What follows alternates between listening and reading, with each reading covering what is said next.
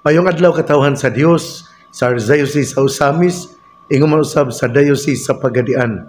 Akong timbaya sa mga mag-uumag mga mananagat. Ako pong timbaya sa atong mga street sweepers, atong mga garbage collectors, ang ato nga mga travelers nga anaa sa dagat, sa panganauran, ingon man usab dinha sa mamala. Hinatunta nga ang atong mga pilots, atong mga drivers kinahanglan magmaaptikon gayon aron atong malikayan ang mga kadaot labi na sa nahitabo dito sa India.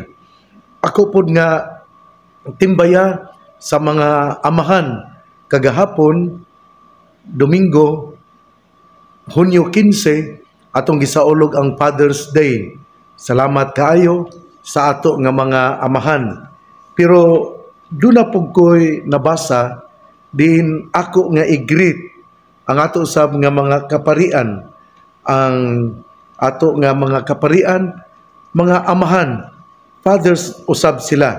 Ginaingon nga kining ang mga pari gitawag og father.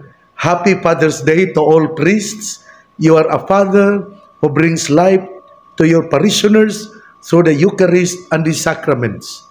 Kamo ang mga amahan, mga pari, nga gadala og kinabuhi, din inyo nga gihalad ang Eucharistia o ang mga sakramento. Busa, kamo ang gatag kinabuhi, dina sa tong tagsa-tagsa ka mga kapilya, mga parokya. Ako di ay nga timbaya usab, belated greetings ngadto ni Sister Lorraine, nga nagasaulog sa iyang silver anniversary 25 katuig isip contemplative sister dinha sa Carmelite Monastery dinha sa Malaubang. O ingon man usab ako nga belated birthday greetings ngadto ni Dodong Kiel nga gasaulog sa iyang birthday niadtong June 13 adlaw nga Huwebes, adlaw nga Biyernes. Ingon man usab piyesta ni San Antonio de Padua.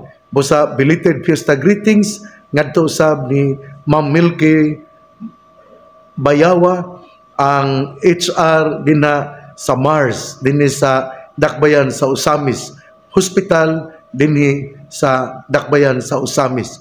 O pagkabuntag diyan ng Hunyo 13 among gisaulog usab ang advance anniversary sa Prime Star sa ika-27 katuig nga pagkahimugso sa Prime Star. Pusa mapasalamaton sa Ginoo o doon na po'y mga pari nga mitambong sa mao nga kasaulugan. Ako nga pahalipay sa mga miagi nga mga managers sa Prime Star. Sila si Father Marvin Osminya, ingon man usab si Father Diding Aguilar. Hinoon, doon na patingali mga previous, pero nakalimot ako, wala ko kailan nila. Busa, ako moingon, belated greetings sa kasaulugan sa Prime Star. Ug niadto usab nga June 14, ato nga gilubong ang mama ni Father Edgar Canama o ni Mayor Ben Canama. Ingon man usab uban sa mga igsuon, ako moingon condolence.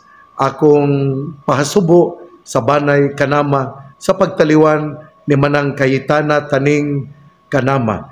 O kadto nahitabo sa buntag, alas 9 sa buntag, gihimo ang funeral mass, gitambungan kini sa 19 ka mga kaparian. O pagkahapon, dito kami sa Lopez Saina, din amo nga ako nga gi-install si Reverendo Padre Sandy Comita, isip bagong kura paroko dinha sa Lopez Saina. Kay si Father Roger Taguran, tuwa naman mahimo nga kura paroko dito sa Our Lady of Mount Carmel, Balyangaw, Misamis Occidental. O kagahapon, Domingo, June 15, sa ako nagikaingon, ang kasaulugan sa Blessed Trinity, ang kasaulugan usab sa Basic Ecclesial Community, o ingon mo usab Father's Day. O dito ako sa Concepcion, Misamis Occidental, dito sa Immaculada Conception Mission Station sa Concepcion, din akong gi-install sa Reverendo Padre Elmo Melo isip Cora Paroko sa Mission Station, o gitambungan usab kini sa iyang papa uban sa iyang mga kadugo gikan sa Bonifacio ug Clarin, ug gitabungan usab kini ni Vice Mayor Jojo Rua. Busa malipayon kayo ako nga daghan kaayo ang mitambong sa maong installation ni Reverendo Padre Elmo Melo, ang bag-o nga Cora Paroko sa Mission Station didto sa Concepcion, Misamis Occidental. Salamat usab sa presensya sa mga parokyano sa mga parokyano dina sa Batang Jesus, dina sa Santa Teresita sa Batang Jesus. Sila si Mr. and Mrs. Canunyo, si Ma'am Beni Canunyo ug mga kauban. Ako usab nga pasalamat ngadto ni Mayor Jesse Viña, ang mayor sa Concepcion, ingman usab ni board member Juani D. Viña. Salamat usab sa greetings gagahapon. Mi-greet yun nako si Dodong, sa ako ang mga apo, si Dodong Ezekiel Diasis Turco, si Dodong Enzo Martin Diasis Turco, o doon na po'y greetings si Dodong Martin Jacob Ocampo, o si Sebe Bastante, si Cyril Humuad, o gingon usab ang greetings nila ni Inday Cleope, Inday Lilibeth, o Inday Mirian, akong mga igsoon, gingon usab si Inday Marby, bahin sa Father's Day. Busa, salamat kaayo ninyo. Sa mga katawhan usab, sa mga parokyano nga mi-greet nako, daghan kayong salamat. Sa mga kaparian usab nga mi-greet kanako isip amahan sa Archdiocese sa Osamis. Ninyong tanan ako moingon salamat. Kay kamo usab kitang tanan nga mga pari, mga amahan, gani gitawag man kita og father tungod kay kita gahatag usab og kinabuhi pinaagi sa pagsaulog sa Eucharistia ug mga sakramento. We are fathers because we give life in the celebration in the celebration of the Holy Eucharist and other sacraments, where we share this to our parishioners. Sa dili pa ko mubasa sa Ebanghelyo, ako di ay nga timbaya sa mga estudyante sa public schools nga mo adto karon sa ilang tagsa-tagsa ka mga eskwelahan. Sanglit karon man ang sugod sa ilang pag-eskwela.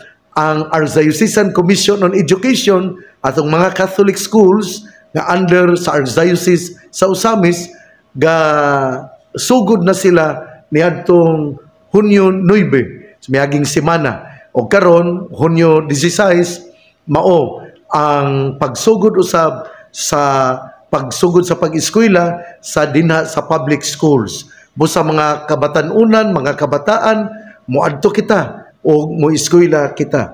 Nining atong ebanghelyo karon nining adlawng Lunes, Hunyo 16, atong kutloon sumala sa ebanghelyo ni San Mateo.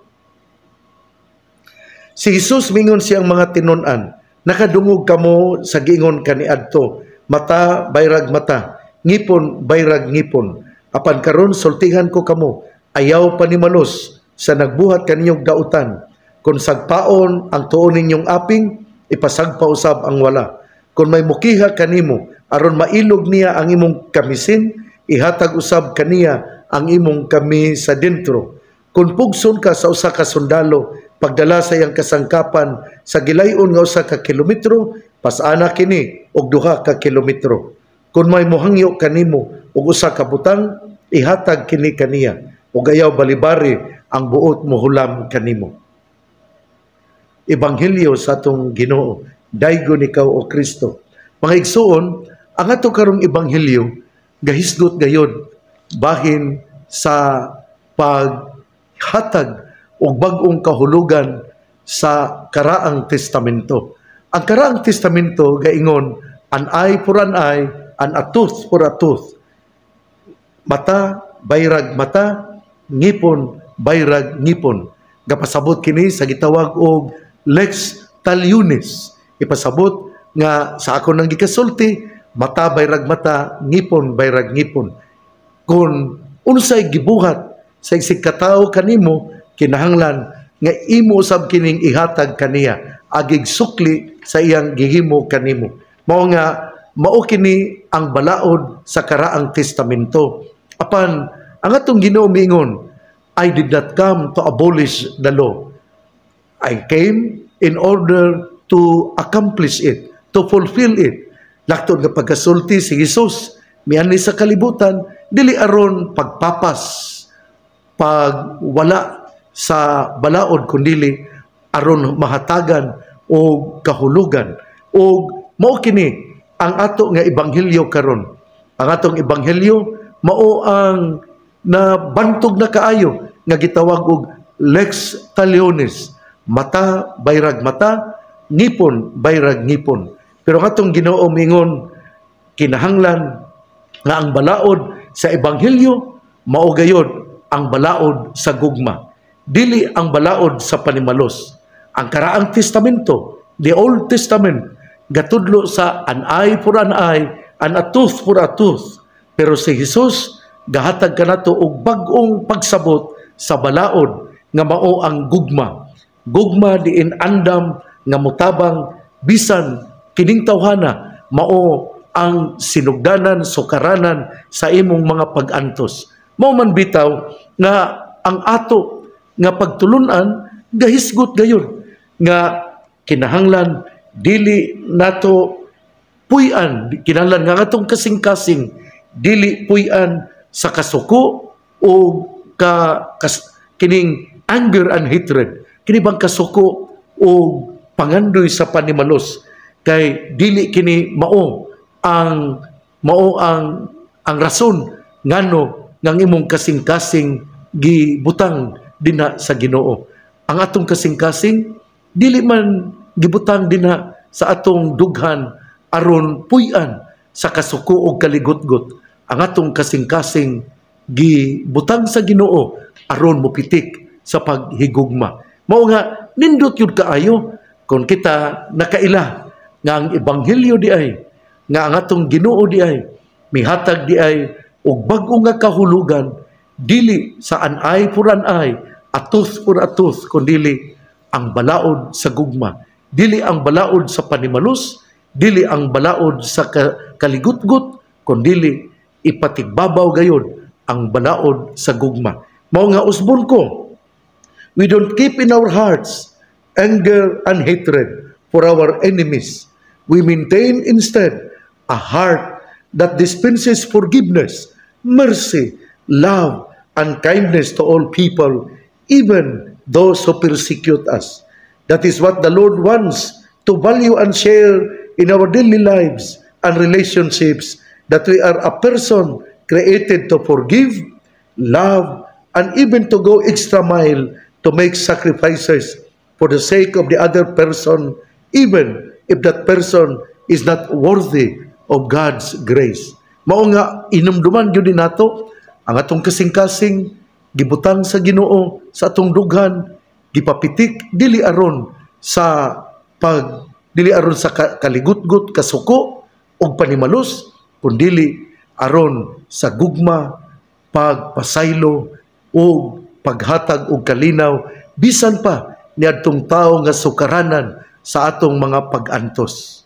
Ikaw, ako sayon, nakitang tanan, murag nahiubos, tingali sa tong silingan, bisan pa tingali sa tong igsoon. O doon na po tigani tay panahon nga musiga nga tong mata, tungod kay naligutgut kita, tungod kay kita wala makapasaylo kay naglagot kita. O dinhi sa atong ebanghelyo karon, ikaw gipahinumduman nga wala, dili nato puy-an ang lex talionis, ang an eye for an eye, ang mata batok sa mata, ang ngipon batok sa ngipon. Ato hinuon nga puy-an ang gugma, asayon maning isulti, pero lisod kay ni nga pagabuhaton. Parihagod narabay salida na movie nga gitawag og In Thy Name, nga tingali posible nga ato kini nga mapasundayag, dili ako walay drama karon panahon sa piyesta sa kuta, berin sa kuta, kundili doon na kitay salida sa sini nga gitituluhan og In Thy Name. Istorya kini bahin sa kinabuhi ni Reverendo Padre Roel Gallardo nga namatay tungod sa pagtuo, namatay tungod kang Hesus, namatay diin iyang gipuy-an dili ang kaligutgot, dili ang kasuko, dili ang pagpanimalos. Iyang gipuy-an ang pagpasaylo, paghigugma ug paghatag og kalinaw alang ni adtong nagpuyo sa kagubot. Mao nga atong saksihan unya kana ang In Thy Name kay ipasundayag kana dinha sa kuta, sa luyo sa kuta, dinha sa museum. O dili sa nako isulti kanusa, pero mao kana ang silbi nga ilis sa drama. Kay usually magdrama man kita sa Hulyo 13. Pero sa dili pang Hulyo 13, doon na natay tingali Hulyo 12, mauna ang pagpasundayag sa movie entitled In Thy Name. Ato gining saksihan labi na sa mga batanon. Ato kining saksihan labi na sa mga inahan. Mga batanon tungod kay kini gahisgot man og values formation. Naghisgot man kini sa pagtuo, naghisgot man kini sa gugma, naghisgot man kini nga kita andam nga mopasaylo. Sa akon ang gikaingon, ang kinabuhi ni Father Roel Gallardo usa ka timaan sa pagsabot sa ebanghelyo nga dili nato puy-an ang mata kontra mata, ang ngipon batok ngipon, kun dili atong puy-an ang kahulugan sa ebanghelyo nga diin atong ipatigbabaw ang gugma. Ato yung hinumduman, the heart is not meant for hatred and anger. The heart is meant to love, to forgive, and to give peace to one another. Hinaot nga mao kini ang atong mahinumduman. Mo nindot yun kaayo, hyperbolic statement ang gihisgutan din sa ebanghelyo. Kung sagpaon ang tuon nimong aping, ipasagpa usab ang wala. Dili nato kini sabton literally, kundi ato kining sabton nga ipadayon gyapon nato ang pagpasaylo, ang paghatag og pasensya niadtong mga tao nga gahatag kanatong kaguol. Sa ako nang gikaingon, dili sayon, pero mao kini ang kamatuoran sa ebanghelyo. Kining gugma dili man ni sayon nga puy-an. Kining paghigugma dili man ni sayon nga ato nga ipakuyanap atong puy-an dina sa atong kinabuhi. Father's Day kagahapon, kita sayon nga gipuy-an gyud sa atong mga amahan ang tinuod nga gugma. Ay no, nanoy ubang amahan nga gahatag og problema, pero 99% ang atong mga amahan nagsakripisyo, gahatag gayud silang kinatibukan nga kinabuhi, kay mauman kini ang timaan sa gugma. Ang atong mga amahan di man maghandom nga inigabot nila gikan silang trabaho atong swelduhan. Wala man sila na hinuon ang muhatag kanatong pagkaon, tungod kay ang atong mga amahan naghatag man sa kinatibukan nga gugma alang sa iyang mga anak. Mao na nga atong respetuhan ang atong mga amahan, atong higugmaon ang atong mga amahan. Gani ang amahan gitawag man og haligi sa panimalay. Lig-on nga haligi tungod kay siya mao man ang gahatag og gugma. Lig-on nga gugma aron dili mapaling, dili magguba ang maong banay. Kung anaa ang amahan, lig-on ang sukaranan. Kuro naa usab ang inahan, kay ang inahan mao man ang ilaw ng tahanan. Pero sanglit ato manggisaulog ang kapistahan sa Father's Day, mao nga ako karon moingon ato gayong higugmaon ang ato nga mga ginikanan, labi na gyud ang atong amahan, tungod kay ang amahan siya man ang larawan sa gugma ni Hesus nga nagpakamatay sa krus aron iyang ihatag ang atong ugma sa kalipay din ato nga batunan ang himaya nga walay pagkatapos. Muna nga ang atong amahan nag-antos gyud, ang atong amahan gasakripisyo gyud.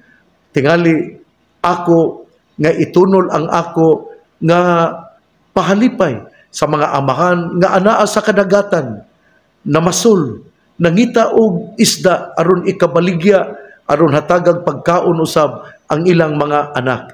Ako usab nga pahalipay sa mga amahan nga nag-uma, buntag o hangtod usahay sa kainit sa adlaw, ilang gisagubang, napagba sila sa kainit, apan wala nila igsapayan, aron lamang mahatagan og pagkaon ang ilang mga anak. Ako usab nga pahalipay sa mga amahan nga kargador, anaa sa atong tagsa-tagsa ka mga pantalan. Nag-antos sila sa mga amahan, isip garbage collectors, street sweepers, sa mga amahan nga anaa nagsikad-sikad, anaa ga dala sa mga tricycles. Ako saludo kaninyo, mga amahan nga gasakripisyo tungod og alang sa inyong mga anak aron inyong mapakaon, mahatagan og ugma ang inyong mga anak. Busa mga anak, atong higugmaon, respetuhan ang atong mga amahan. Hinaot unta nga ato gayon nga mahinumduman ang atong ebanghelyo karon nga kinahanglan gayon ang atong kasing-kasing aduna gayoy luna sa paghigugma o dili sa kaligutgot o dili sa pagpangandam nga mo ihimo o kining gitawag og vengeance, kining gitawag og kining pagsukol, kining magplano og panimalos. Usbon ko ang atong mga amahan, mga tao tingali nahiubos ta, pero dili nato sila panimaslan tungod kay ato silang sabton, tungod kay sila resulta lang usab sa history sa ilang kinabuhi. Sa ako nang gikaingon, kung dunay mo sagpa kanimo sa imong aping, ipasagpa usab ang pikas nimong aping. Ipasabot nga ato gayon nga sabto na sa katawo og dili kita magdumot, dili kita magplano og mga vengeance, dili kita magplano sa mga pamaagi aron ato usab nga suklian ang ilang gihimo.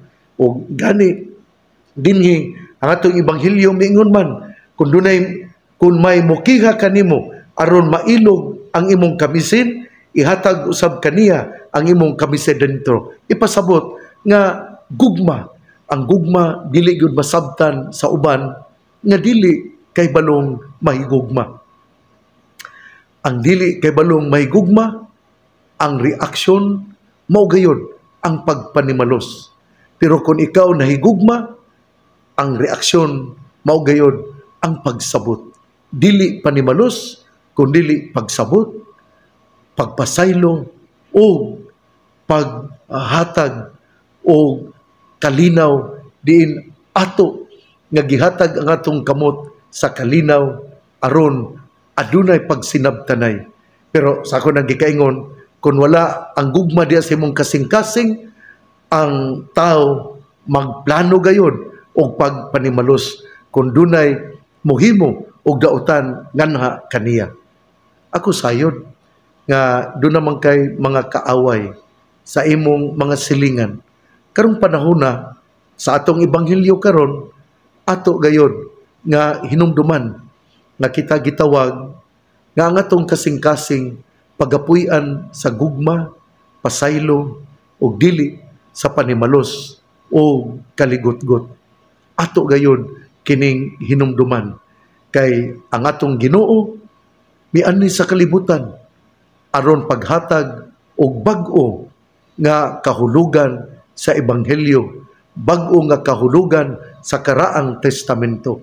Usbon ko, ang karaang testamento gahatag og panig-ingnan diin ato gayud nga suklian ang mga gihimo nga rikanato gikan sa atong isig katawo. An eye for an eye, and a tooth for a tooth, lex talionis. Pero ang ato nga ebanghelyo karon sa pagkatao ni Jesus, sa iyang pagkamatay sa krus, sa iyang pagwali, kita giingnan nga ang iyang pagkatao mao ang paghatag og bag-ong kahulugan sa ato nga Biblia, kun dili pa kuyanap gayud o ipatigbabaw ang gugma. Hinaot nga imo kining mahinumduman. Ug gani ang ato tungod kay gugma man, lisod jud kaayo ni. Kaya katapusan sa ebanghelyo karon miingon, ayaw balibari ang buot mohulam kanimo. Makahimo ka niini. Labi na gayud kun imong makita ang imo nga silingan nga sigig hulam pero dili mo bayad. Makapadayon ka ba sa pagpaambit? Lisod kini nga gisulti sa ebanghelyo karon. Ayaw balibari ang buot mohulam kanimo.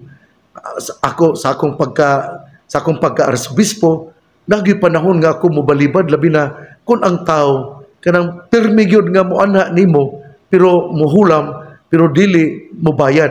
Mao na nga usahay dili lang ko magpahulam, muhatag lang ko o gamay paambit, pero kining kung ikaw aduna kay muduol kanimo, ayaw pahulam, ambit lang, paambit. Labi na sa mga tao nga wala gyud bugas, ato sila nga hatagan. Igsuon ang mayong balita nga mong pulong ni Jesus, ang ayang pamation, pamalandungan ug paningkamutan nga mapuy-an. Bulahan ang tao nga namati sa pulong sa Ginoo, sama sa kahoy nga gitanong, daplin sa usa ka sapa, kansang dahon, dili gayon malaya. Tempo sa timbunga, siya mamunga. Igsuon, ugma na usab. Ako ta kamong pahinumduman, nga tingali, dunay moduol kaninyo, si Sister Maricho, aron ikaw mamahimo na sponsor sa ato nga novena sa mahal nga Birhen Maria, ang Birhen sa Kuta, din atong sa Ulugon, ang iyang kapistahan karong Hulyo 16. Magsugod na ang pag-anha kanimo, pagsangpit sa imong malumo nga kasing-kasing nga mutambayayong sa pagtabang sa kapistahan sa Birhen sa Kuta. Usbon ko usab na dili kita magdrama karon sa linawas nga pasundayag gikan sa DYHP o gikan baynoon sa DYSS. Ang atong paghahimuon karon, atong tan-awon, atong saksihan ang salida movie entitled In Thy Name. Kini kinabuhi ni Father Roel Gallardo. Kini gasaysay bahin sa gugma din ang gisangyaw ni Father Roel Gallardo, dili ang panimalos, dili ang pagtugbang o dautan ngadto sa mga tao nga dautan, kundili gugmag pasaylo. Ato kining saksihan, katawhan dinhi sa Usamis, posible nga atong ipasundayag ang In Thy Name karong Hulyo 12, 2025. Ako di ay itimbaya ang mga katawhan din na sa Konsepsyon. Niadtong kagahapon, Domingo, atong gi-install si Father Elmo Melo, isip Cora Paroko, din na sa Mission Station sa Konsepsyon. Busa, salamat kaayo sa pagdawat sa mao na responsibilidad, Father Elmo Melo. Ako po di ay nga hagiton, labi na kadtong mga tao nga wala kasimba kagahapon. Mga tao din na sa Tunggo, Katipunan, din na sa Tipan, mga tao din na sa Bonifacio, din na sa Kanaw-Kanaw, mga katawhan din na sa Kapatagan, Lanao del Norte, din na sa Maigo, din na sa Bacolod, Lanao del Norte, din na sa Tubod, din na usab sa mga lugar, din kini atong Sibya nakiabot. Musduaw kita sa Birhen sa Kuta, ang Birhen nga gahatag og daghang mga milagro sa mga tao nga moila og mosangpit sa iyang panabang. Kaya ang mahal nga Birhen Maria, isip inahan ni Jesus, dili gayon mo salikway sa iyang pangaliya. Busa muadto kita sa mahal nga Birhen Maria, ang Birhen sa kuta. Mudagkot kitag kandila, muadto kita. Ikaw nag-birthday karon, ikaw nga gasaulog sa imong anibersaryo, ato nga hatagan sa ato nga pagpasalamat og ato nga dadon ang atong mga panginahanglan ngadto ni Mama Mary, ang Birhen sa kuta. Ako di ay nga pahalipay sa first wedding anniversary nila ni Rica o ni Mark, ni Roger Mark Garcia, nga siya mao ang kining driver ni Father Nestor Duhilag dina sa Clarin. Inguman usab si Rica mao ang usa ka teacher dina sa St. Vincent Ferrer High School sa Bonifacio. Ga duna sila'y anak nga gwapa kaayo, si Inday Bella. Mao nga kining wedding anniversary nila niadtong June 14 busa ngadto ni Roger Mark Garcia og ni Rica Garcia nga gasaulog silang first wedding anniversary. Inguman usab sa ilang anak nga si Inday Bella nga gwapa gyud kaayo. Ako moingon congratulations sa inyo nga first wedding anniversary. Sa katapusan, sa dili pa ko mutalikod, ako di ay nga congratulations. Ako i-congratulate si Ma'am Belma Manalastas uban sa iyang bana nga taga Isabela City, Basilan, tungod kay mo graduate ang ilang anak dinhi sa Pagadian. Moari sila, taga Basilan sila, pero motambong sila sa graduation sa ilang anak kay nahimo naman nga engineer. Busa ngadto ni Ma'am Belma Manalastas, usa ka nagtrabaho sa Comelec dina sa Isabela City, Basilan. Congratulations kay duna na sila bag-o nga mi-graduate nga adunay kurso sa pagka-engineer.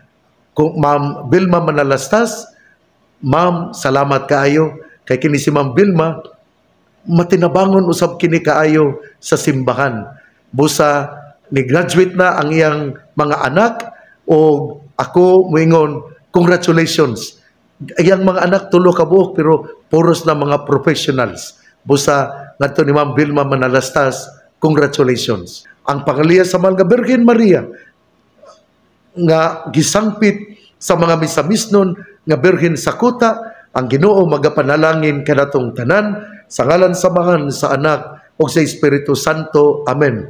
Padayon kitang mag-ampo, kay ang pag-ampo mauman ang muhatag kanatong kusog aron kita mupadayon sa atong panaw padulong sa gingharian sa Dios. God bless. Mabuhay tayong lahat. Pag-ampo, ayaw kalimot.